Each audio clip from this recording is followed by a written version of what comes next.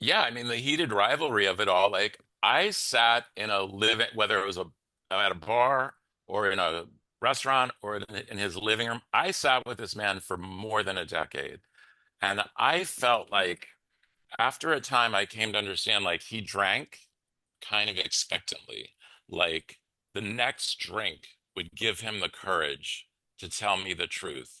I didn't know what the truth was and what lies were at the time, but I knew I was coming up against some fundamental dishonesty.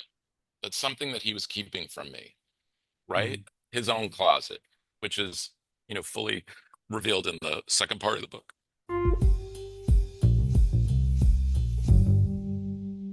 This is Dr. Andrew Rimby. Thanks for joining us here in the Ivory Tower Boiler Room. If you don't know, you can get all of our episodes ad free on Patreon, patreon.com/ Ivory Tower Boiler Room. All of Mary's True Crime episodes ad free, video episodes ad free from the ITBR interviews. Also, follow us on Instagram, please. Ivory Tower Boiler Room. I like to put a lot of exciting arts and culture clips from the podcast, you know, TV shows, films that we've discussed. TikTok is Dr. Andrew Rimby. Long story. The Ivory Tower Boiler Room one got taken off by TikTok because it was too salacious and scandalous, in my opinion. But I might be just having an Oscar Wilde complex there, thinking, that I was causing such a sensation on TikTok. So please rate us on Apple. It really, really helps. Review us. If you're on Spotify, you can rate us there too. YouTube, please follow our YouTube channel. Please like the video, share it with your friends, your community. The only way that I can keep giving you all free, exciting podcast episodes is because of the reach of the podcast. So, rating us, reviewing us, it really, really does help. Also, shout out to Sean, our intern, who, if you see the cover art, you see the edits of the podcast, that's all Sean. So, amazing work by Sean. So, I hope you all enjoy this episode.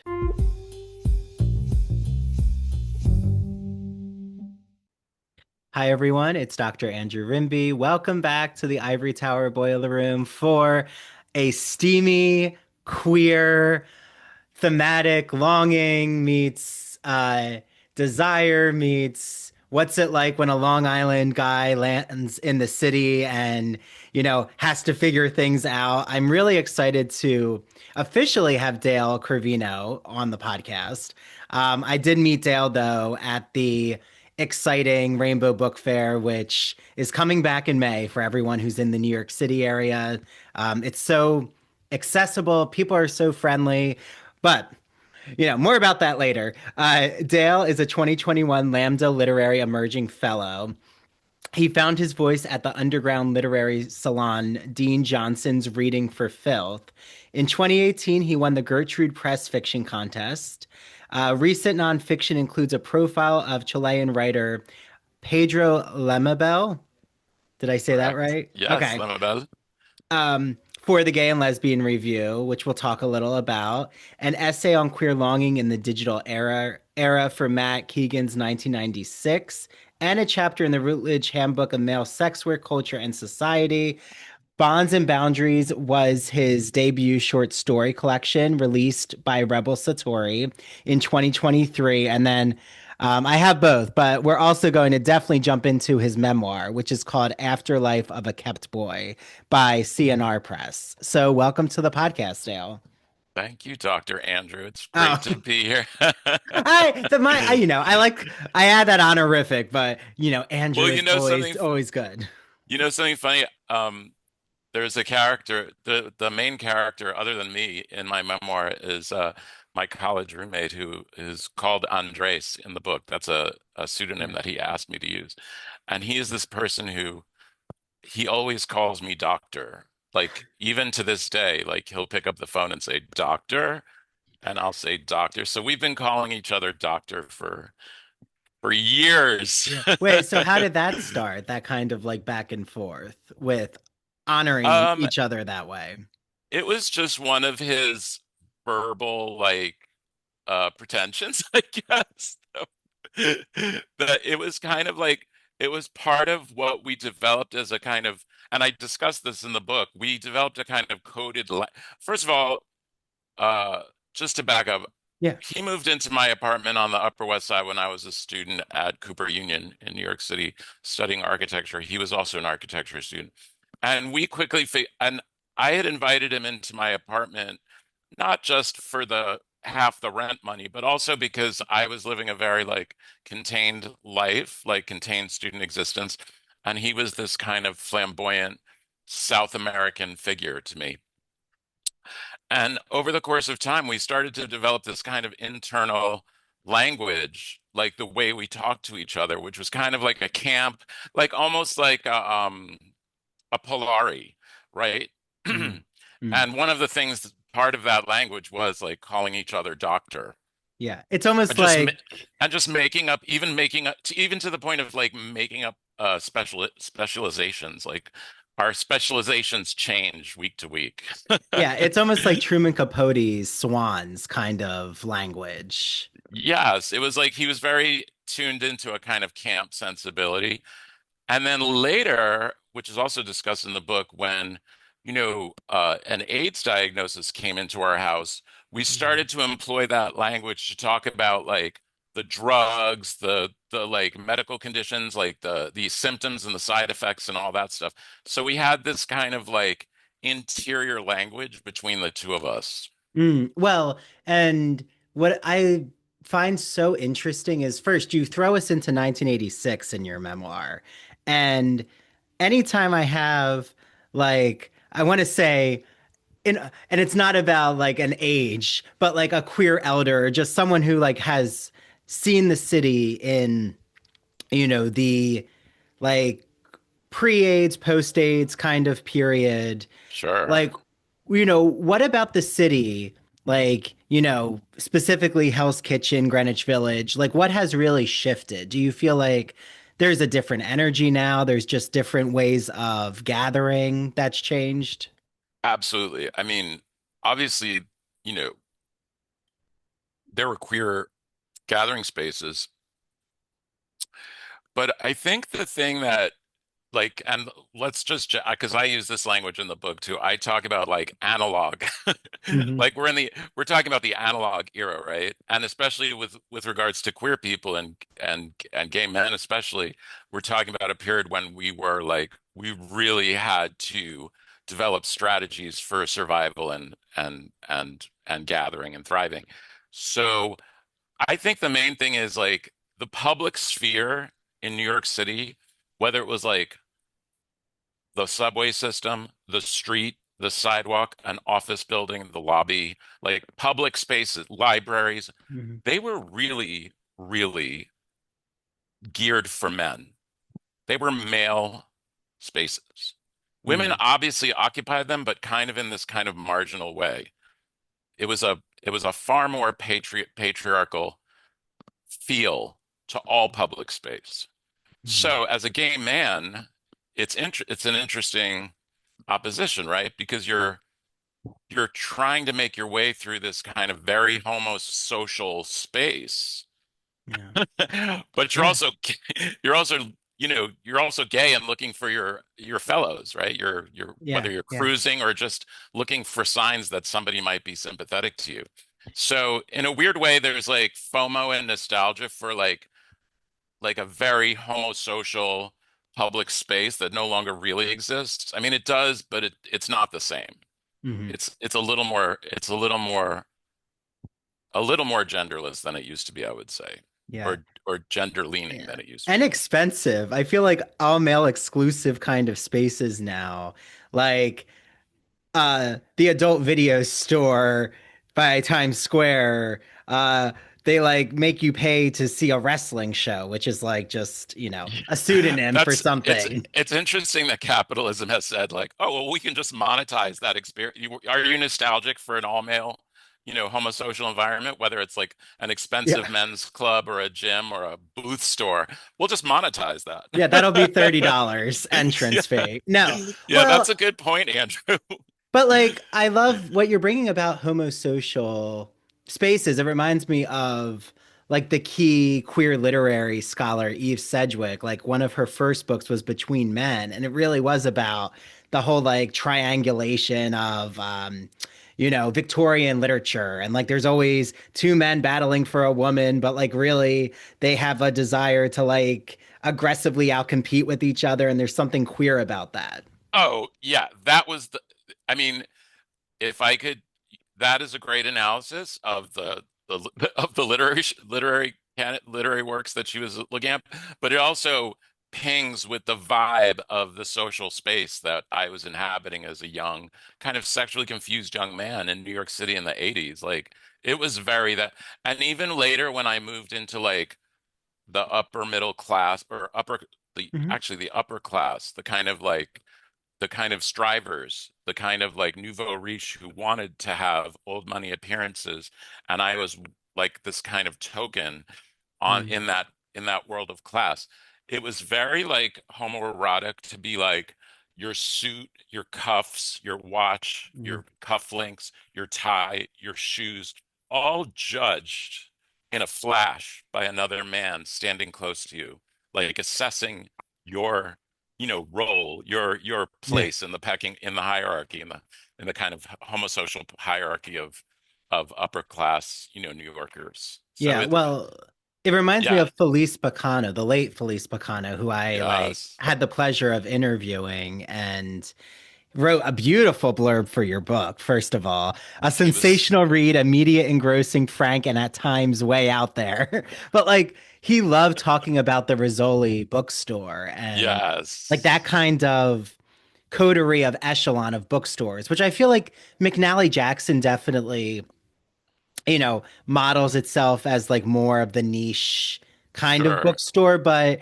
I sure, do feel like we've lost that, like you've said, we've kind of lost the sense of performing in public that I'm sure used to be much more like the cafe culture, the bohemian culture. Like I only yeah, really see that when I go to the Hungarian pastry shop, which is like one of my favorite yeah, cafes by Columbia. But like it yeah, is the peacocking, yeah, the yeah, peacocking, but it's very, it's very touristy, very driven by, who's spending money in the city and Broadway. yeah. And like, you know, I feel like Broadway, like what was it like in the 80s? Like when you were there, I'm assuming it wasn't as commercial. Like being in Times Square wasn't like a trendy thing to be like, oh, we're gonna go eating, on 42nd Street. Like I thought it was a little I mean, grungy in a way. oh, yeah, I mean, pre Giuliani, Times Square was definitely like, I mean, the places that I went in the Times Square area were basically like underground queer clubs. Mm. And whether it was like Sally's Hideaway, which was like a drag club that was down a set of steps, or like there were some bars near Port Authority, I think one might have been called Ancho or Hombre or something like that, that were just like seedy hole in the wall gay bars that were basically for rough trade, that were Mm. basically like a landing spot for the trade you would encounter in the toilets at the Port Authority. And there were a couple of other spots like that over the years that I frequented. But that was my experience of Times Square. Like I Mm. didn't my centers of gravity were really like the East Village because I was going to school in the East Village and the Upper East Side because I was like in my 20s I was the kept boy to this British society decorator who lived on the Upper East Side and served all these Upper East Side clients. So I had a kind of, and that's another thing that I try to impress upon in the book when we're looking back on the analog days of New York City, which is like uptown and downtown were two distinct spheres. Like almost you needed a passport to go from one to the other. They were so different. Like there was Mm. a social order, there was a hierarchy. It was much more social hierarchical and like a social pecking order on the Upper East Side, whereas downtown it was much more subversive. And like sometimes I would rush from uptown to downtown and I'd have to change my clothes in order to just like, not get hassled. Mm. Well, and yeah, can you draw like bring us into The writing that you do is so rich. It's so interesting. I just love reading your memoir and this character Greet, like based on, a real life kept man on the Upper East Side. Yeah, or Like, like you, a sugar daddy. yeah, a Yeah. sugar daddy. I mean, you even Yeah. use your friend Andres uses that term and you like aren't aware of what sugar daddy means.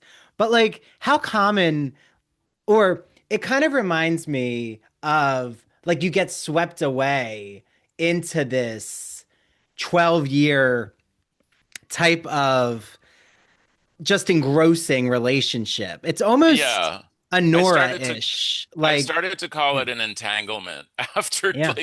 after trying to land on how to describe it. It wasn't a relation. Of course it was a relationship. We had like, we were two people in relation to one another, but it was so discordant and uneven. Like my understanding and his understanding were so different. So I prefer to describe it as an entanglement. I think it's more apt. And um And so well, yeah, how common was this? Like of, 1986? Like were there a lot sure. of sugar daddy companions like who needed to Well, hire, younger men? there was definitely like going back to like our mining of the analog. There were definitely like places and spaces where you could go for those kind of encounters. I initially was not familiar with them. I came to understand that my college roommate, who had moved into me, who I was kind of fascinated with, was who I call Andres in the book, was working like looking for sugar daddies in bars like Rounds and the Townhouse, in particular Rounds, which was a really fascinating place. And I I went to visit it much later in this story. So when I went to see it, I was like, oh my God, this is diagramming the relationship that I'm entangled in right now. Like at this bar, because it was like a pretty posh bar on 53rd Street, which was Mhm. already, the strip was already very cruisy. And there were like street hustlers and there were like businessmen looking for street hustlers. And then you went into this kind of elegant bar, which I described the interior as kind of Halston inspired, like smoky mirrors and like rounded corners and like muted color. Anyway, and then so there was like dining and there was a piano bar and there was a mirrored wall and there was the bar. And the young guys who were looking for a sugar daddy would line up against the mirrored wall, kind of pose. And the men who were looking to hire them would be at the bar, and there would be this kind of interaction. Like they would call you over to offer you a drink, or you would go over to. And so when this kind of entanglement was diagrammed to me, and so there's like almost like a cottage industry in Mhm. in this part of the city where these relationships are engendered. It was kind of fascinating to me. But Yeah. yeah, I'm sure like and sugar daddy, I mean, it's such a loaded term, Mm. right? I've had young men come up to me and say, "Teach me how to get one." And I've also had, people say like, "Oh, I would never." Like it's just such a miserable existence. And I mean, Mm. my story is somewhere in the middle. You could use my memoir as a how-to book if you want, or a how not to book if you want. You could read about the horrors of a kept boy relationship, or you can also read it for the glories. Yeah. I Well, mean, I was almost a kept boy in an academic way, but yeah, without really knowing, my South Jersey suburban naivete, I was like on Long Island getting my PhD and I met this like older gay academic who lives in Greenwich Village at a conference. And then he's like, "Oh, come to the opera with me. I'll take you to dinner." And I was just like, "Oh, this is sweet. He's my mentor." But then it was like, what was the boundary between mentor and like um having someone offer these experiences and what was the cost to me? Because then it was like he started like saying, you know, offering like, do you want to do anything like and stay over at my place? And it just started to feel like there's an expectation. And then, you know, right, I just started to back away when I realized this right. was not an equal power dynamic. And Yeah, I feel like though there are definitely those who out of necessity or out of that kind of dynamic, like we'll put up with certain differentials in power dynamics. Like I know you bring Sure. that to bear, but like what was your experience about those I who, mean, needed finances? it's so interesting that you bring up your example because, like, in some way, this was a survival strategy for queer men of a certain era where this was the way to, socialize in a way. If you were going to be transgressive in these multiple ways, first of all, like it was it was a transgression of class maybe already because like, this wealthy British society decorator who moved in these circles was, wanting to spend time with somebody who was like a suburban kid in college kid, sexually confused college kid.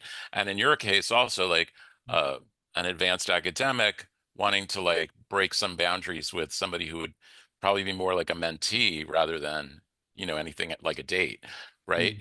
Yeah. So part of it is that these were our queer strategies.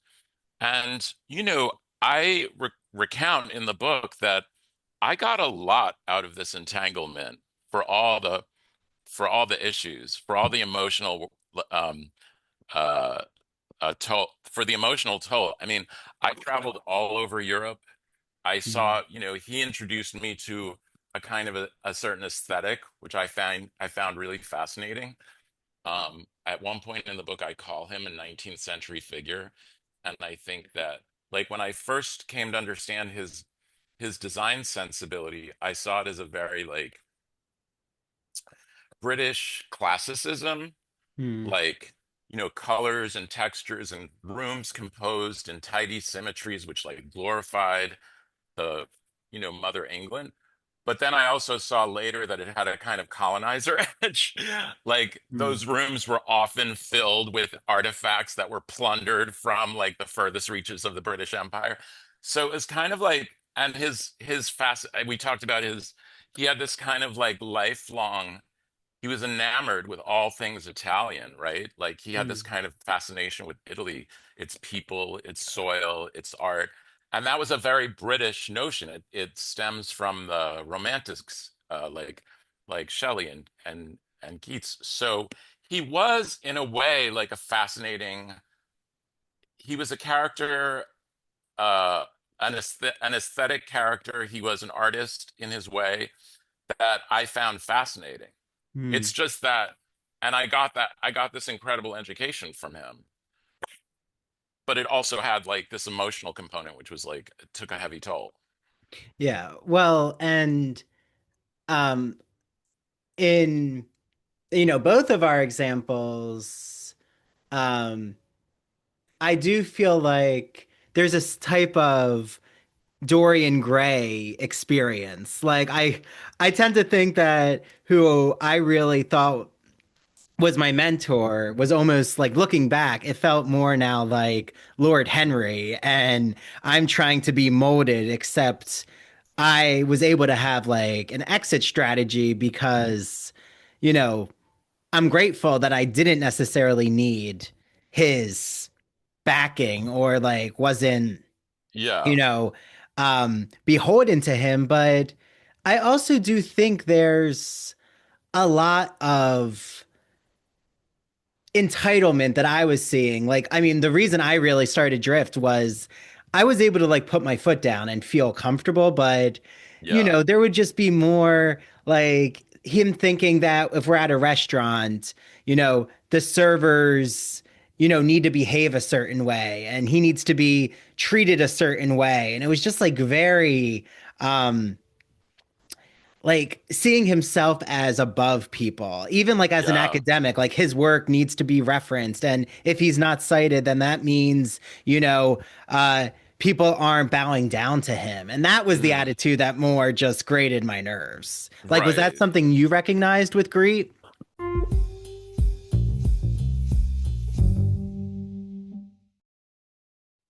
The spring season is here, which means there's a new issue of the Gay and Lesbian Review called Victorian Times, all about my favorite period of literature, the 19th century. And you'll see a rugged Walt Whitman on the cover and the dandy Oscar Wilde. Well, guess what? My first article is now published in the Gay and Lesbian Review called Once Upon a Time in Camden. It's the intro to my book, which looks into their queer literary relationship, but also Whitman and Wilde's homoerotic poetics, and specifically what Whitman does with male same sex desire before the category of homosexuality even existed. Like, how did he even express this in his poetry? Well, you'll have to read my book to find out. Book coming soon. If you know of a publisher, let me know. I'm shopping around right now. But this Victorian issue is so special with the Gay and Lesbian Review. There's articles on Dr. Jekyll and Victor Frankenstein. I'm about to see The Bride, which I can't wait to see. And right, Guillermo del Toro's new Frankenstein is all the rage. There's an article on Monte Cristo's Women in Love, Tchaikovsky's Men. I love Tchaikovsky's ballet. I'm particularly an admirer of The Sleeping Beauty, one on Captain Cobb. There's film and TV shows reviewed like Heated Rivalry, Boots, Kiss of the Spider Woman, which, if you don't know, I had an episode with Jeremy Fox from the Gay and Lesbian Review, the managing editor, and Colin Carmen and Joseph Federico, and we talked all about Heated Rivalry. You have to listen to it. And Kiss of the Spider Woman, I keep recommending to everyone. It is an astounding film. Boots, I actually had the creator Greg Cope White on the podcast too. You'll have to listen to his interview. Also, if you haven't heard our episode on the kink issue of the magazine, it's really, really interesting. And the ethnography one. And yes, there will be an episode soon about the Victorian issue. So get your hands on the Gay and Lesbian Review. The digital subscription is really easy to get, glreview.org. The print subscription also, head on over to the website, click subscribe, use the promo code ITBR Choice. You get a free issue of the magazine. Choose the Victorian issue, will you? So head to their Instagram, their TikTok. I love the Gay and Lesbian Review. I get so many book recommendations, TV show, film recommendations. One of the films that I can't wait to watch is in this issue. I want to say it's pronounced Pillion or Pillion. I think I made it French there, with Alexander Skarsgård. So enjoy your reading, everyone. And if you're reading the Gay and Lesbian Review, please reach out to me. I want to let them know, that you all listening to this podcast are reading their magazine.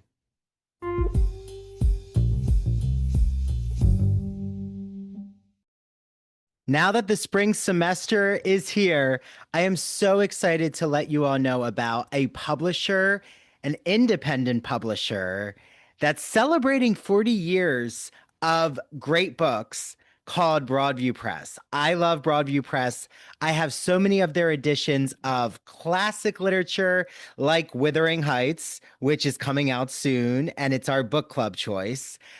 And they have so many academic books for instructors and for students and the general public. So I've had so many exciting guests on, from guests talking about The Wonderful Wizard of Oz, guests talking about vampire literature, horror literature. I'm looking at you, Jeffrey Andrew Weinstock, whose book actually just came out called Horror Theory. Look it up. And I cannot wait because I have two exciting guests coming on soon. And I've recorded their episodes, so I know that it's going to be such an interesting conversation. The first is Rachel Tucholsky, who wrote a book called Writing on Fire, a fierce yet friendly guide to writing humanities essays in college. I've used excerpts of it for my Writing 2 course at Montclair.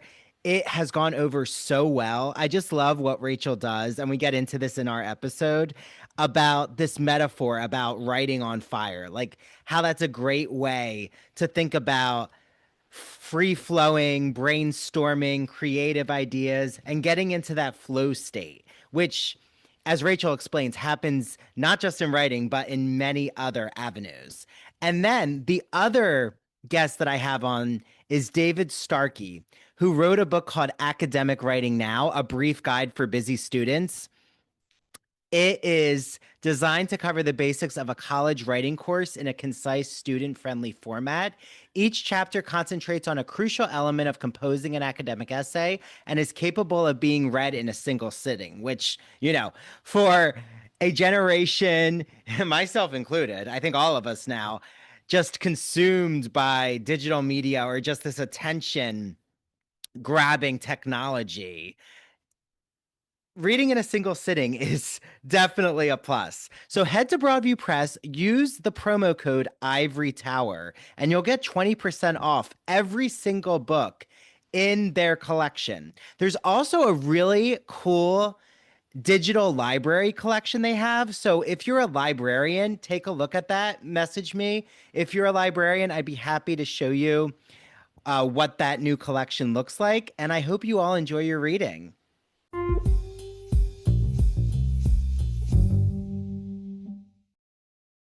Oh, absolutely. I mean, first of all, he was, and it's really interesting, right? Because he developed this whole practice as an interior decorator, and he presented himself as a British gentleman dressed in his like Savile Row finery, and he had this whole like he gave an appearance, he gave old money appearances Mm, to the bulk of his clients were nouveau riche.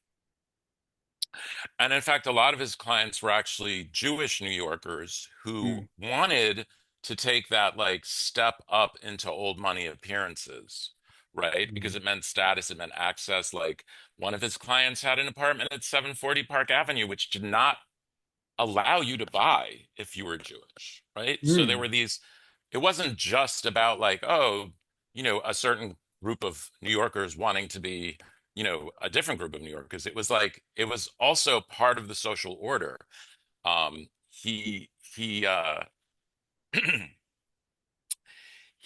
one of his earlier clients was a financier named Saul Steinberg, I believe his name was, who wound up getting into 740 Park Avenue, and his third wife hired Greed to decorate for him.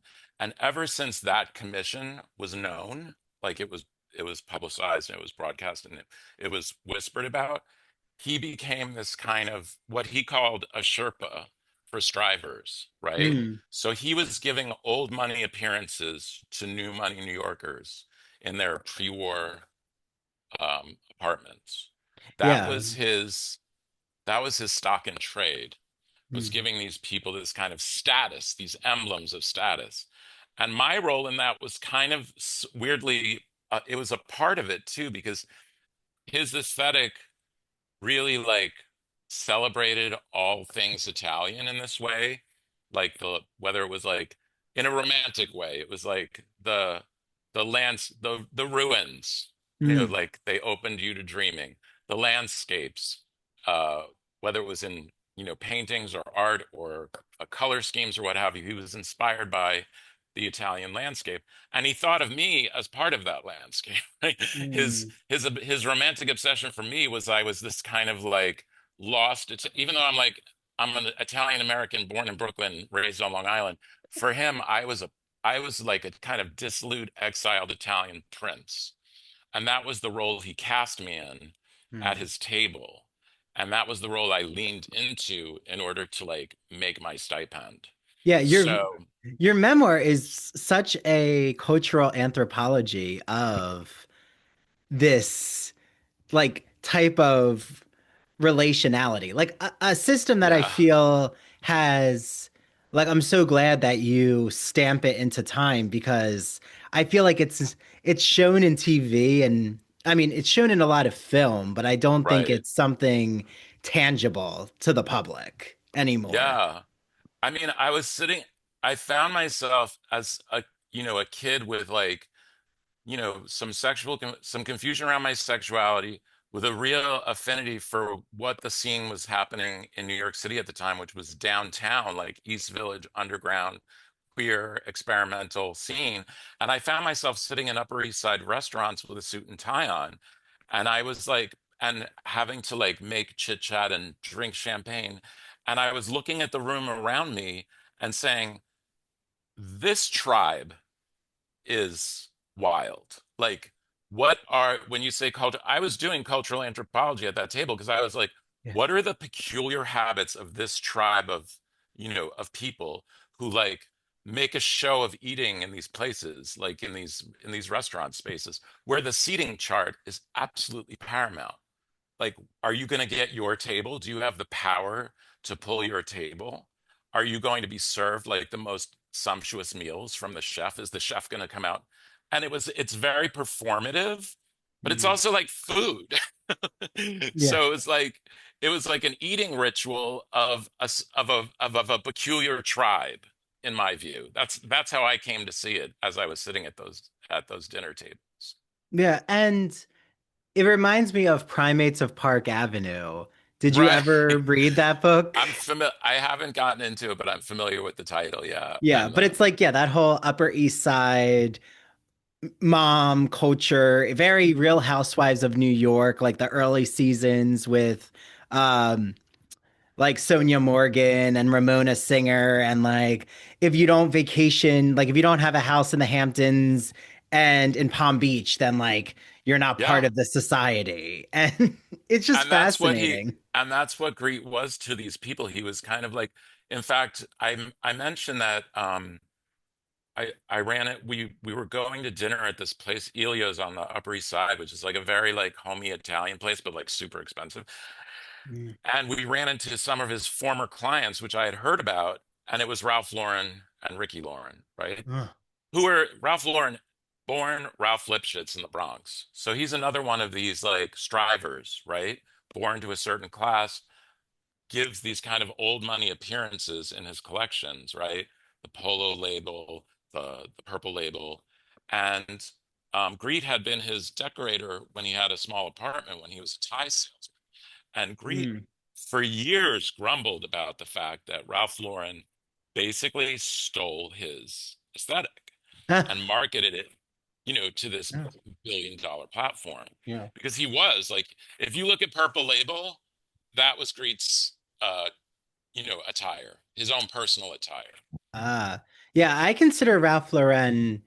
I mean, I do enjoy the aesthetic. And now I would consider it very equestrian prep. Or it Yeah, was always more of that, like your um like performing a certain preppy meets like that college aesthetic, sure. but maybe you're going to like the horse track or the Yeah. horse racing, Yeah, you're gambling. playing polo. You're on a Yeah, you're polo playing field. polo. Yeah. Yeah, it was definitely it was an assimilationist strategy to like, take on the garb and the symbols and the manners of old money, Americans for these newer classes of people. And then the polo label was almost co-opted itself by like the rap world, right? Mm. Who like started wearing it in an oversized way and adapted it to their own. So, I mean, it's a, you know, the story of, class in the United States. It's a kind of assimilationist and, striving story. And Ralph Lipschitz, Lauren Nay Lipschitz is a part of that story. Yeah, I find it so fascinating because um, you're right. Like the one of the oldest men's fashion companies that's still around is Brooks Brothers, Right. and that was like a very waspy, you Yeah. know, higher. I would say, yeah, formal wear, and then yeah, now I just feel like fashion is all over. I mean, like even having a logo on your like outfits is kind of I don't know, déclassé. Like it's if you have too many labels, it's actually now not Right. When you fashionable. see actual rich people, they wear like the most like they wear like the most luxury, like neutral luxury with no Yeah. labels. Yeah. Yeah, yeah, they're like not very concerned about Yeah. what they're wearing. Well, that's something else I wanted to ask is how much did you in that like, you know, orbit with, Gree and his clients, like how much did you learn about what it means to be talking with those like performing a type of upper class aesthetic versus like just being authentically who you are because you're comfortable with your social standing? Like, was there a lot of I performing mean, going on? I think that was one of the most like that was one of the heaviest taxes that I paid because I was in a performative mode for years. Like Mm, I was in my 20s. Like I think I wrote about this in the book. Like my friends were out there like dating and figuring out their like, what they wanted in life and like experimenting with like, I don't know, with sex or romance and what have you.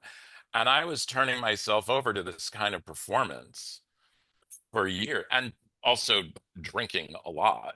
Like mm, it was a very alcohol fueled scene for me. And so I feel like that was one of the emotional tolls that I really paid was like my 20s were spent in this kind of highly performative role, which I increasingly was unable to perform as, as the entanglement, the relationship wore down. And I started to turn to drugs just to show up to the table to drink and do this performance of this kind of dissolute Italian prince who was like witty, could say some outre things at the table, but knew where to draw the line. That mm, was like that in the later years, that was my role. mm. Yeah, like knew what not to say that would draw. Well, that's like Right. very Truman Capote. Like what would draw ire and then would make you a social outcast. Like Right. when he publishes that expose of like what the women are doing, and then they're like, "Well, we Right. have the power to oust you from society. So I bye." mean, I started compiling in my head. I had a list of banned topics, like things I could not bring up. Like I Mm, can't bring up this client because he betrayed me. I can't bring up this ex-boyfriend because, now he's on the West Side living with Yoko Ono. I can't bring up this mm, person. I can't bring up the like there was a whole I can't bring up, the doctor who said you should quit drinking. There was a whole list of banned topics. So that made it even harder for me to perform because I had to mm. dance around these banned topics. Yeah. How about the issue of like beards in a relationship? I would assume that, you know, in the townhouse, which I've heard of the townhouse, which I think is still going, isn't I it? The think it townhouse? is. Okay. Yeah. It's like that, and then what's the hotel bar on the Upper East Side? Marks. Yeah, there's the Marks and then the Regency. Oh yeah, the Oh, I think I Regency. went to the Regency before, Yeah, and it was yeah. like a lot of just like I'm assuming divorcees, but I don't know. I think, but yeah, how many like men were going to these places who were in, marriages with women?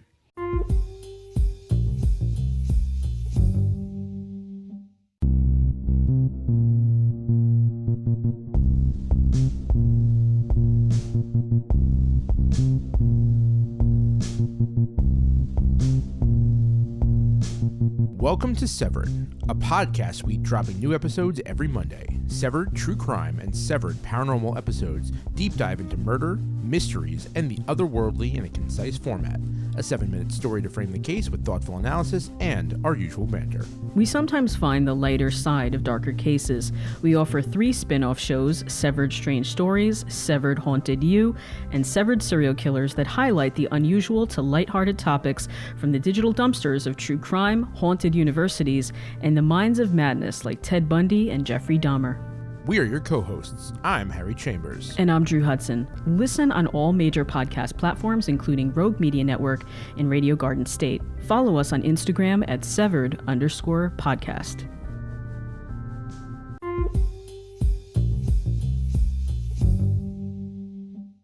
Are you a fan of classic Hollywood movies? Are you a fan of queer cinema? Then do we have the podcast for you. Hello, everyone. I'm Christian Garcia. And I'm Luke Del Mar. And we are your hosts of That Old Gay Classic Cinema, where we take a look at some of the greatest films of all time and analyze them through a queer theoretical lens. Let's be honest. LGBTQIA plus people have been a part of Hollywood since its inception, and this podcast celebrates those artists and entertainers of yesteryear while also taking a closer look at the queer-coded characters and stories in classic Hollywood films long before queer representation entered the mainstream. So follow us down the road of classic cinema as we give you a guide to some of the films that touched our hearts, brains, and even gave us courage to be ourselves. You can listen to That Old Gay Classic Cinema wherever you get your podcasts, and be sure to follow us on Instagram, YouTube, and TikTok. All right, listeners, we're ready for our close-up.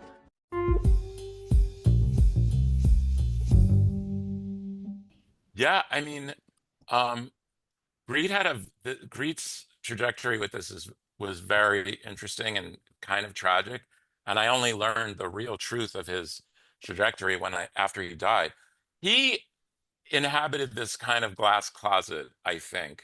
Hmm. Like it was often me and him and maybe one other man, young man, at the dinner table at all these, restaurants, like fancy restaurants.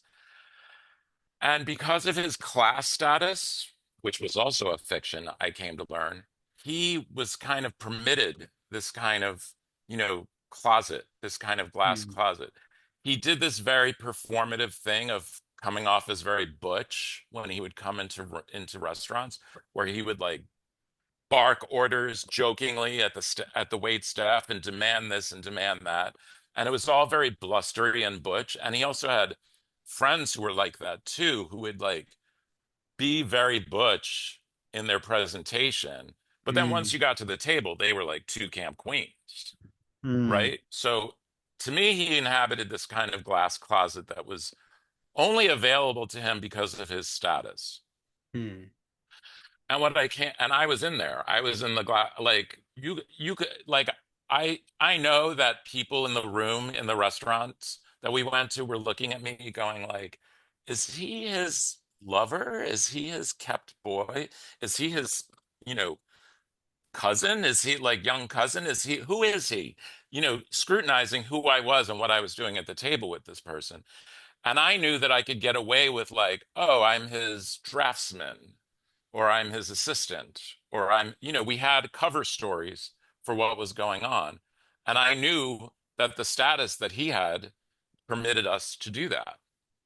What I came to find out after his death was a completely different story about status and, you know, the Hmm. closet, because, he was raised in England. I won't reveal everything so your readers don't get a full spoiler, Yeah, yeah. but he was raised in England at a time when it was actually illegal to be gay, Hmm. right? So like you could literally be prosecuted and go to jail if somebody finds, comes upon you having gay sexual encounter. And he in fact did have a wife at one point, and he in fact did get discovered in a gay encounter and had to leave England under those circumstances. Wow. So I think he brought a lot of secrets to the US. He brought a lot of like consciousness of how class could protect him, but he also brought a lot of trauma, like a lot of queer trauma. Yeah. So as much as I, wrote a whole book about how damaged Yeah. and disturbing my sugar daddy was, he was also a queer person with trauma. Well, and that's where I feel like, how do you process the queer happiness, the nostalgic narratives? Like Heated Rivalry, I think has really like Oh yeah. amplified the Yeah. need for, or the general public loving this like queer, um, happy narrative, but like we've been so immersed in like the queer trauma narratives. Like even, Brokeback Mountain has come up, but I'm even thinking like Philadelphia or Angels in Yeah. America. I These mean, are all very traumatic narratives. yeah, I mean the heated rivalry of it all. Like I sat in a living, whether it was at a bar or in a restaurant or in his living room, I sat with this man for more than a decade. And I felt like after a time, I came to understand like he drank kind of expectantly. Like the next drink would give him the courage to tell me the truth. I didn't know what the truth was and what lies were at the time, but I knew I was coming up against some fundamental dishonesty. That's something that he was keeping from me, right? Mm. His own closet, which is, fully revealed in the second part of the book.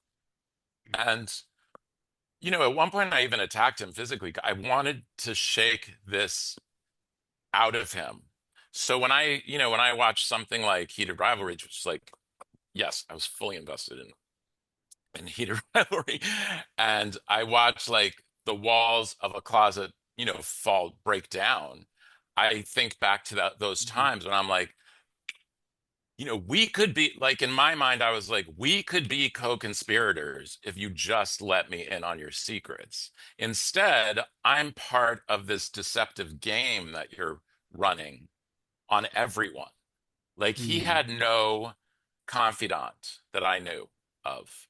Like he had a best friend, and he and I had a kind of slightly rivalrous relationship for his attention and time, but he didn't know the real truth either. Like nobody knew the real truth. Yeah. So I feel like I lived with somebody or I spent a significant portion of my life with somebody who was really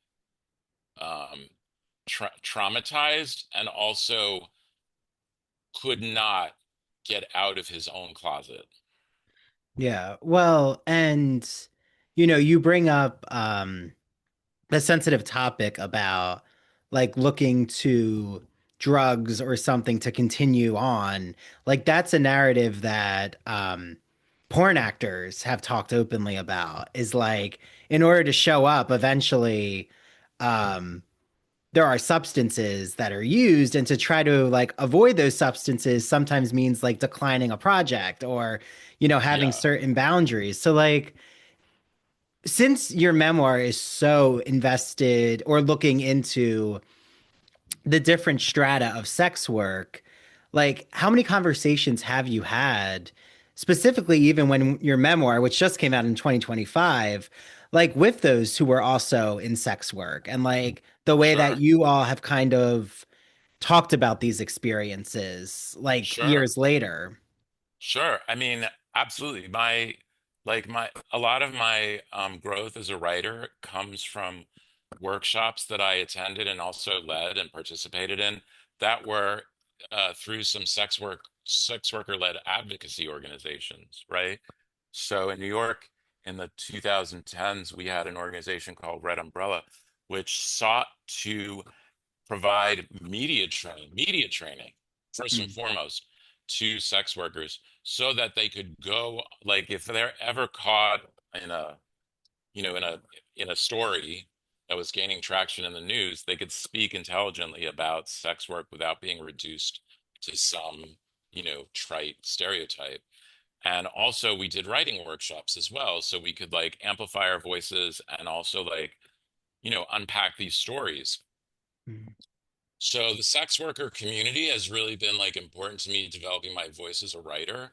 And also I feel like, there's one bit in my bio which is about me contributing a chapter to a huge academic textbook called the Routledge I don't remember what it's I called. The got it. The Routledge. Routledge Handbook of Male Sex Work Culture and Society. Yeah, it's funny. It's called Yeah. a handbook. It's like it's this big, Oh, wow. and it's mostly academics writing about sex work. Like, oh, we did this study of sex workers in Dublin in this period, and we found this male sex workers.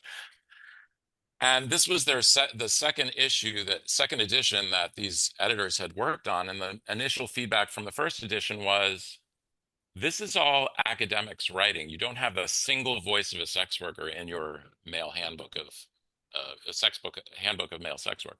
So they reached out to me because I had like published something in the most obscure blog you can imagine, and they had come across it and said, "Okay, he's a male sex worker and he can write a paragraph. Let's ask him to write a chapter in this book." And they gave me a very niche topic, and I wrote the chapter, and it passed academic muster. And Yeah. I'm actually really proud to have contributed to an academic textbook. But it's funny because it comes out of a movement or a notion that, like, a lot of representations of sex workers in culture and in literature Mm, are led by non-sex worker voices, whether they're mm, academics or there's a whole strain of what I would call tricklet, right? Which is like examining the dynamics of sex work from the point of view of the client. Like Mm, Garth Greenwell, for instance, What Belongs to You is basically a work of tricklet, right? mm, So I think it's important to have sex worker voices in the canon. yeah, And that has always been a absolutely. motivating factor to me. With the short story collection, the middle section is all sex work stories that examines like the kind of dynamic, the relational dynamics of sex work situations. And obviously in the memoir, I look at two distinct forms of sex work, right? So like the kept boy sugar daddy relationship that I was in my 20s, which I found kind of oppressive. Like I called that man my colonizer, like at least my emotional colonizer at one point. And in my 30s, I was a by the hour escort working out of AOL chat rooms, which I actually found really liberating as an experience. Mm, So I think it's important to discuss, as you raised, like the different modalities of sex work, whether it's porn performer or cam girl or by the hour hustler or yeah. these kind of more Dominatrix, doms, fin bondage. Yeah, doms, yeah, yeah, these more ambiguous relationships where you're like, is it sex work? At least it's on the border of sex work. yeah, And then also the emotional component of each of them, where I could have each of us might have a different experience where it's feeling exploitative or it's feeling liberating. So, at least in my memoir, I wanted to frame it as two distinct experiences, two modalities of sex work, two distinct outcomes. One like pretty dark and oppressive, one like pretty liberating.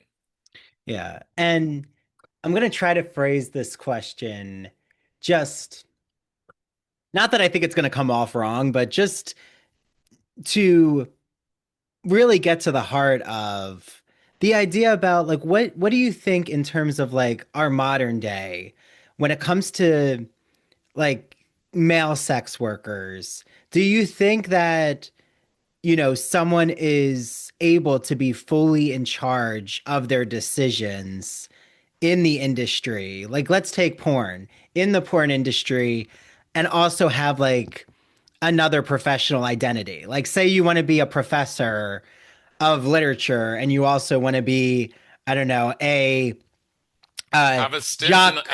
as a porn actor. Yeah, have a stint as a porn actor. Like, do you think Yeah. that these worlds can coexist, or is it still pretty um like hush hush? Like you have to kind of keep these identities apart.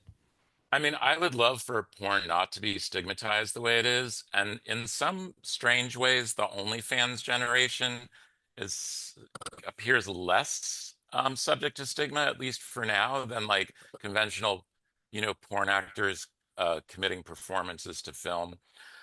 I mean, I don't know the answer to that. I feel like part of why I'm one of the things that like I did a bunch of appearances for this book last year, and I have a different set of appearances lined up for this year, including coming on with you. I'm also reading I'm on a panel for the Columbia Queer Alliance, which is an alliance of Ooh. queer students at Columbia University. I'm also doing a panel discussion for CUNY for their CLAGS department, Oh, which how is their gender wonderful. studies program called Queer Class, and we're going to unpack like issues around sex work in class. And one other, like, they're pretty academic in theme. And I really do want to unpack this. Like, I really want to ask this question of like, first of all, what is the sex worker's role in modern in late stage capitalism? Are we like the most capitalist of all the capitalists, or are we subverting capitalism? And also, Mm, like, can we find a place where sex work is destigmatized? mm, Like fully destigmatized mm, to the point where you can have somebody who like has an arc from sex worker to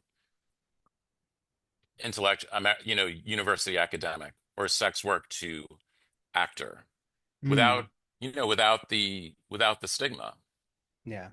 Yeah. And I like love to hear about how you're speaking at these panels. I mean, also your books are available at the center, right? Like the center, are they uh available at their bookstore?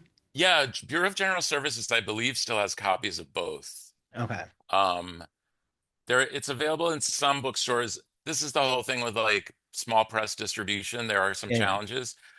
They're always available online at major platforms. I tend to not recommend Amazon just because of my values, but Yeah. there are other, you can order directly from the press, you can order from other platforms Yeah. online. Bookshop.org is a good one. Bookshop.org. Yeah. Yeah. Yeah. But I love what this. No, go For ahead. some reason, All Store doesn't have my memoir, but it does have my first book. I don't, Hmm. I've tried to figure it out with them. I can't. Yeah. Well, like, what is it about small?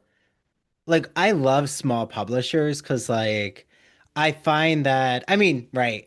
I love just more narratives out there. So I like Yeah. trade presses, small publishers, self-publishing. But, like, what do you feel about working with a small publisher? Like, do you feel that you're allowed to have more of an uncensored or unedited narrative out there? Like, do you think that your memoir would have changed if, I don't know, some big publisher was like behind it? Like they would try to make sure it was edited a certain way. I'm really happy that I have these two books that exist in the world the way they do. And with that said, I had like challenges with both of them with respect to publishing with a small press.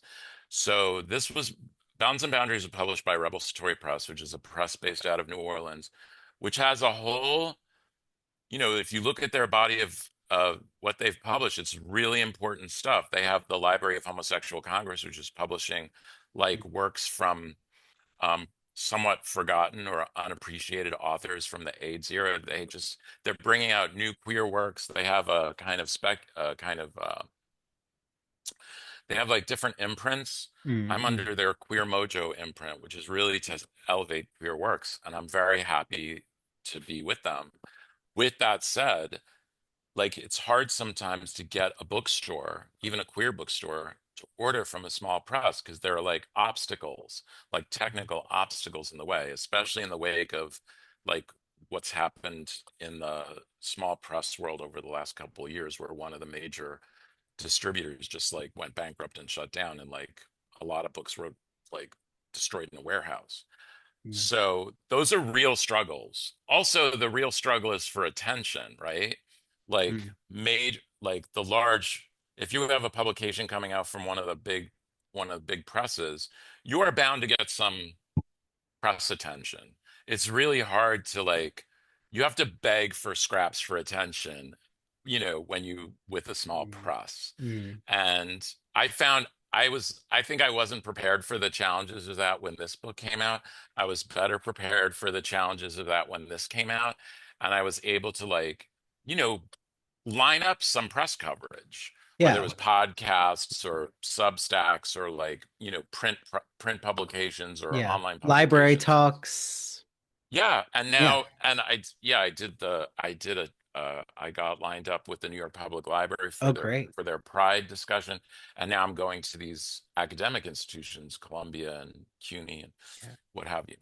Which is great because, I do feel that I'm teaching a queer study course for the first time. I mean, Oh, I have that's a certificate in queer studies, but um, I'm doing it online. So I'm going to use like these different podcasts as like sure. structuring the course. And I feel like your memoir is, and your short stories, but like your memoir specifically, I feel like does so much with thinking through like what it means to be queer, like what, the sex work industry, like a strata of it, and doing an analysis that it's wonderful you're going to be on these panels because I do feel like once um and again, I have my issues with how academia gatekeeps things, which is why we're here Right. right now. But I do feel at the end of the day, once academia opens up the door and like there are those discussing pop culture or like providing more of that academic analysis, that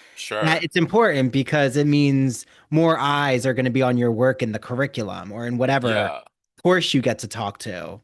I mean, I think my memoir is important. I mean, I I've been working on this memoir. I want to say I've been working on this memoir for more than 30 years because like there are diary entries from the 80s that appear in this text. So have I been working on it steadily for 40 years? No, I've been working on it like piecemeal and like developing my craft.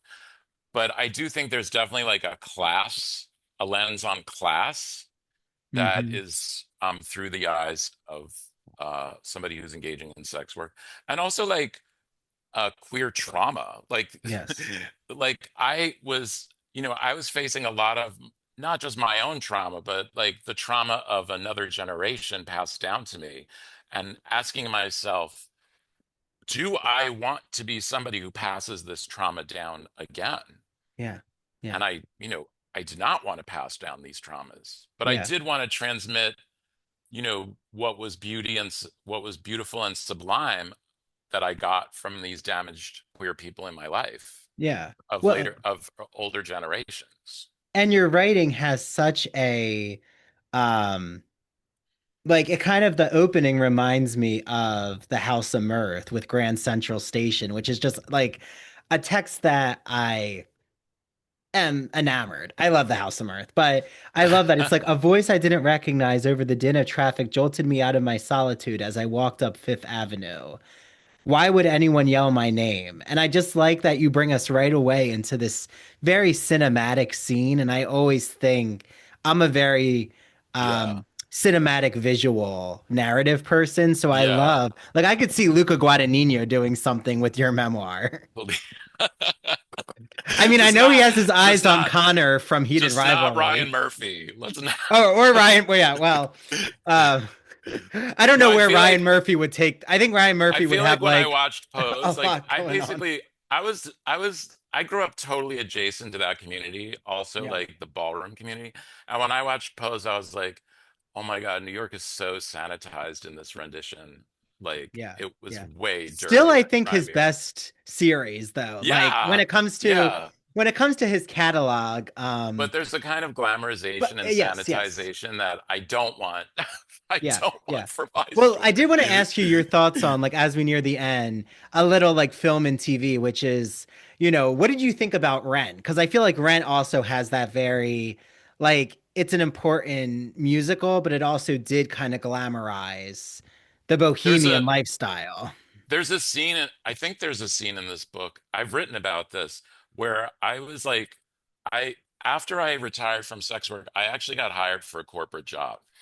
And I Mm, was like the luckiest boy in the world because I lived in the East Village and my corporate job was on Broadway and Ninth Street. So I could literally like skip to work every morning. yeah, So for somebody who was like getting reacclimated to like a 9 to 5, this was ideal. And one day I was walking to that job and I walked through Tompkins Square and then I came out on St. Mark's Place. And St. Mark's Place was weirdly silent and there were no pedestrians walking around, but there were like clusters of street people who were like kind of laying up against one another, like in little organized piles. And they had like very colorful yarn. Like they were adorned with this very colorful yarn. I was like, what the hell is going on right now? Like, what am I going through? And by the time I got to the end of that block of St. Mark's Place, I realized I had just walked through the set of Rent. Like oh, they were shooting on St. Mark's Place. They were getting ready to shoot, and they had staged these kind of colorful homeless people around, garbage cans and like street lamps alongside so that, whatever musical number they were doing in the streets would be, adorned with these colorful street people. And I was just like, this is so this is like it was such a clear reflection of like how like I do think it's an important story. I do think it's like, an important telling of like uh the strains of Bohemia that, were part of the East Village scene, which I lived through in the 80s and 90s. But also, of course, it gets kind of filtered through the lens of, musical theater filmmaking and becomes a little glamorized and, bright bits of yarn yeah, attached. yeah. And like, Long Island transplants who have some financial safety, but yet are trying to slum it. It like reminds me of Yeah. the stereotype of NYU students who Yeah. like are down on their luck, but they actually have mommy and daddy giving them money. Yeah. I mean, that's basically what described me. And I mean, I was born in Brooklyn, but grew up on Long Island. My family's solidly middle class. I got a Scott, like when you get into Cooper Union at the time, not anymore. It was a Mhm. free ride. So for me, it was like a golden ticket, and I probably wouldn't have been able to come to New York City because my parents were very wary of letting me loose in the city. But then I was like, well, I got a full scholarship to attend this prestigious institution. So they couldn't say no, but they Yeah. probably would have steered me away from a city school if I hadn't gotten it. My other choices, like the other schools that I applied for, were like rural campuses or like, Mm. suburban campuses. So Yeah, yeah. Well, and like, how do you feel? Is there any, you brought up Pose, but is like there any depiction of, you know, trick culture or, hustling that you I actually love The think, Deuce. which one? Did you watch The Deuce? No, I wanted to, is that the one with, I it's think not with Maggie, Maggie Gyllenhaal? it is with It Maggie is? Gyllenhaal. Okay. I wanted Yeah. to see that. Yeah, I Okay. kind of love that. It's also funny, like my husband and I were home watching like whatever we put on some documentaries, and he loves true crime. So he put on this documentary called I can't remember what it's called, but the slug line was when a serial killer stalked gay New York. No. And it was all about this book based on that Elon Green wrote about this serial killer who operated out of like bars and then like clubs that I was familiar with at the time from being Mm. out in the world. And we're watching this documentary, and my voice comes on over the airwaves, like comes on over it with some background information on these bars and clubs. And my husband looks at me and says, "That's you." And my name is on the screen. He's like, "That's you." And I had completely forgotten that I had had a conversation with this writer Oh. on background about like these things. And I guess he recorded it, and then it got wound up getting made into a documentary. Yeah. So That was a nice surprise. Well, like, what do you think of the film like Trick? That like I think it's comedic. yeah, I mean, it's not I will tell you, I still hold a resentment over Pretty Woman Mm.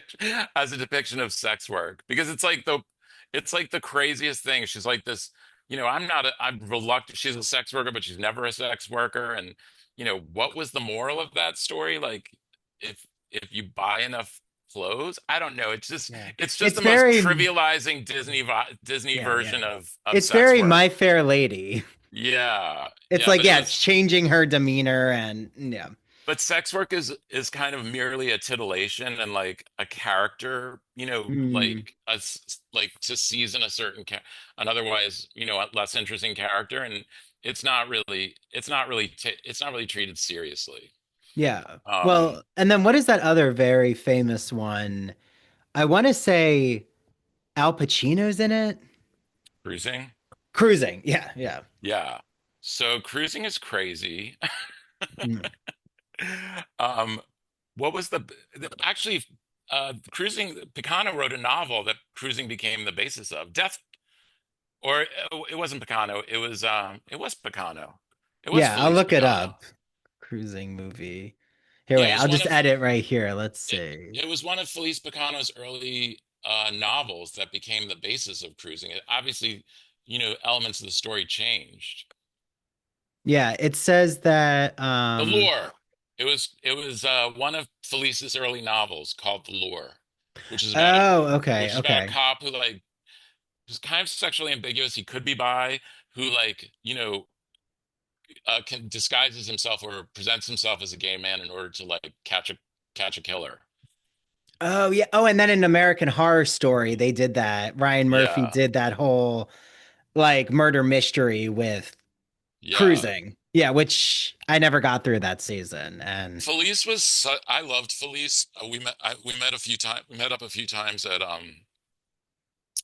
Saints and Sinners in New Orleans, and we like kept in correspondence. And he was such a great gossip. I mean, like he enjoyed like we enjoyed each other's company because like he liked the stories that I was able to tell. He had a different, perspective. I think he kind of like he never really like um he was kind of adjacent to kind of like some of the relationships that you talked about where it's like are we companions, are we like dating, mm, are we like mentor mentee, but he enjoyed me like he enjoyed that he appreciated that I was kind of unpacking the stories of like sex work and sugar daddy cat boy relationships. Yeah, yeah. Yeah. And I feel like, you know, like there's nothing wrong with a mentor-mentee relationship as long as there's humor and there's like a type of equal power Yeah. dynamic. Or just like that's why I love that like Red Eye is starting to do more literary things. I hope that there's more,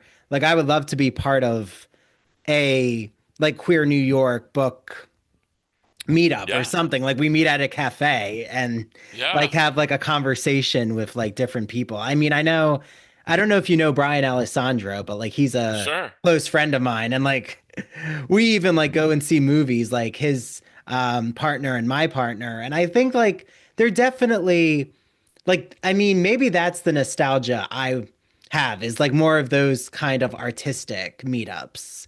Maybe Sure. less so than the bathhouse, which like I know still exists, but now like have you seen how much the Wall Street, like the Russian Turkish bath, they're trying to like bring straight men into? And I'm like, it's just like a very interesting Yeah. um see, for me, if I go to a bathhouse, I want like a spa atmosphere. Like I'm not looking to cruise. I'm looking to like Yeah. just hang out with my husband and like read a book and go into the Right. sauna. But Right. there are like now so many from the straight community who are like reporting on things going on in the steam room or the sauna, and it's kind of Yeah. just Yeah, and then you it have yeah. like young influencer kids who are like taking you through their cruising Yeah. experiences in public places, which I also kind of find kind of fascinating, but also like your your ex like I've also written in a couple of essays about like the use of apps, right?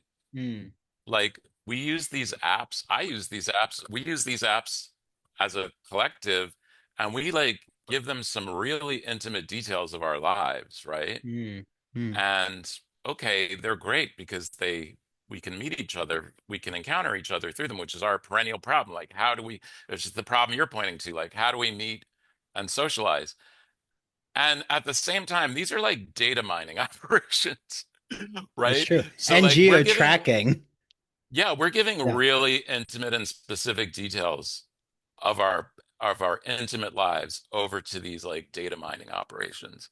So Yeah. as much as I feel like they can be a portal to like a queer dimension, I also feel like we need to be pretty wary about Yeah. the implications. Yeah, well, and I've like talked with I know you've written for the Gay and Lesbian Review, and I've even talked to them about like the opportunity of like a book club that meets up. I know they're in Boston, but like in New York, there's so many Yeah, like, who write or who are part of like the magazine subscription.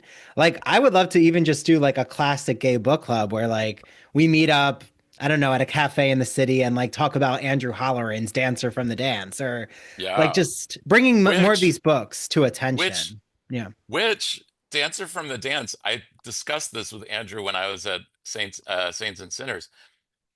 The novel itself is the writing of a sex worker. Mm, If you read the intro, it's like this kind of jaded sex worker who's like, I don't want to do sex work anymore. I'm going to write a novel. And the body of the text is his text. mm. Oh, that's an interesting. Okay, when I review look back at that Yeah. text, maybe you should lead that book club. Everybody, We no, gotta I we have I to do do the it. same thing. I remember because it's so compelling. It's so visually compelling. I remember like the Fire Island, like how it evokes Fire Island's hedonism, and then I like had to re-examine because I was compiling a a list, an appendix of all the work in the modern canon that discusses or engages the topic of male sex work, Mm. and I came to understand that like Dancer from the Dance is one of them. Ooh. Oh, could you share that with me, Dale? I'd love to like put that out on The list? yeah, the Sure. list on social media. Yeah. It's the appendix of that chapter I wrote for the I can get it to you. I'll Okay, get it to you okay. as a Yeah, I'll share it. it's actually like there people have pointed out some ch titles that I omitted that I overlooked, but Yeah, it's well. not like it's not as comprehensive as I'd like, but it's a starting point. Yeah, well, Yeah. trust me, with like the heated rivalry discussion I had recently with Jeremy from the Gay and Lesbian Review and two other queer men that, you know, it was great that it got a lot of exposure, but I also like there's someone who's like, there's no woman on this panel. And it's like, my response to that is, well, hopefully you'll, you know, feel free to put out your thoughts, if you're a Yeah. woman. Or, Yeah. like I think sometimes people think if it reaches a certain level that like you're the dominant voice, but like you can always add to the conversation. And Sure. I think too, like my whole feeling with heated rivalry is I wanted to open more doors for people to read queer narratives, but is it going to just kind of enforce more of this male romance genre? Like, is it going to open the Right. doors to other writers who should be I read? mean, I'm not a genre writer. I Yeah. appreciate and admire genre writers. I'm not looking down on genre writers. I've Mm. published a collection of short stories. I've published a memoir, and my next book that I'm working on is biography. I don't think I'm going to be writing an romance anytime soon. Yeah. With that said, I feel like, you know, and the fandom and the appreciation, I, respect and admire. Do I wish there was more space for books like mine? Absolutely. Do I try not to take it personally Yeah. that, like Romance has such a passionate fan base, which includes creators and consumers, who are women, right? Hmm. God bless. Good Yeah. for you. Yeah. And I think that, you know, hopefully it brings more amplification to, work that you're writing or, revisiting, um, gay literature. Like Yeah, I can never believe that like some of these texts just haven't been adapted into film or TV, like Dancer yeah, from the Dance or, The Persian Boy, Song of Achilles. I mean, there's right, like iconic texts that require money and they require it's kind of like Luca Guadagnino's queer film, which um didn't reach the level that Heated Rivalry has. And I think, right, sometimes those genre literature, like you said, they have a diehard fandom, and if you're not writing for a fandom, it can be really difficult to have crossover appeal. But right. I we'll mean, see. we didn't get a film version of Dancer from the Dance, but we got that Fire Island movie, which was kind That's of like, true. which was Yeah. I mean, I found that as somebody who has a house in Fire Island and Cherry Grove and somebody who knows the culture out there, I did not appreciate that movie. I mean, I'm glad it exists, but it wasn't for me. Yeah, I love Cherry Grove. That's like Yeah. that's my place. That's actually where well, we'll take this offline if we, when we meet up in the city, but I started dating my husband who I knew from college um for at least now 14 years, but we actually met up in Cherry Grove because I was staying at the Belvedere in 2023. And Uh-huh. like reignited our passion. And then, Cherry Grove holds a special place in my heart. Yeah, I feel like it's same. become very expensive now, but It is. I mean, also like uh the John Eberhart, that's another. I mean, talk about queer legacies. Mm. That man has some real stories to tell, had some real stories to tell, and he told them to me because he built my house and I bought my house from him. Oh, wow. Yeah. Okay. There's Wait, some that's deep. the partner. It was the partner of the new owner, right? Of Belvedere? So John uh died a few years ago and he was a Broadway set decorator who Okay. built the Belvedere. And he at the time gay people couldn't marry, so he adopted his partner Craig. Oh, okay. So Craig was his adopted son who inherited the Belvedere. And after John died, Craig pulled me aside. I was like, Craig, I'm so sorry about John passing. He said to me, you know, John robbed a bank with three other guys, and they used that money to build the Belvedere and all Mm. these houses out here. And I was just like, not queer bank robbers. So the gay mafia exists, is what you're telling me. Yeah. And I like somebody needs to like that is a That's film yet to be that's a made. film. That's what Yeah. we need. That's Yeah, the no, no. film treatment of Fire Island I'd like to see other than that, that kind of cultural, culture clash Drek from uh, that other movie was. Yeah. Or Dancer from the Dance. Yeah. Yeah, yeah. Well, everyone, please, Dale, tell everyone how they can like find you on social media and, get their hands on your works, which, Sure. you know, I'm are a must read. all my socials are my name, Dale Corvino, because I guess I'm the only one. And these two books are available online at most major platforms or in select queer bookshops. Yeah. Um, I know Bureau of General Services carries them. I believe there are still copies available at Fabulosa in San Francisco and a couple of other shops that Nice. off the top of my head are the names are escaping me. And yeah, that's where I'm at. No, Yeah, and there are thank a you, couple of Dale. other podcast appearances where I speak about this work in different kind of modalities, which I actually have really been enjoying. So, like, I'm on the Sniffies podcast. I'm on a Oh, podcast called Queer Discourse with a wonderful person from Chicago named Lou Barrett. And those are the highlights of my podcast appearances, other than cool. this. Well, thank you, Dale. I appreciate that. Well, this was such a pleasure. I can't wait to like continue talking, Yeah. in the And future start with that book you. club with you. I know. Well, now I'm thinking we have to do it in the Yeah. center. I mean, Yeah. we should be doing it like right in their Yeah. cafe area. Yeah. I don't know. I'll have to reach out if someone has a contact at the center. Yeah. We'll Let's figure go. this out. This will, Yeah, let's go. and we'll just choose like, your book, different like authors who are there, like Yeah. in the Bureau um of General Services, right? Is that what Yeah. this? Okay, that's what it's called. Yeah, the bookshop that's in the center is the Bureau of General Services Queer Division. They Okay. started on the Lower East Side and then eventually moved into the center. And Oh, okay. they do a Okay. lot of great programming.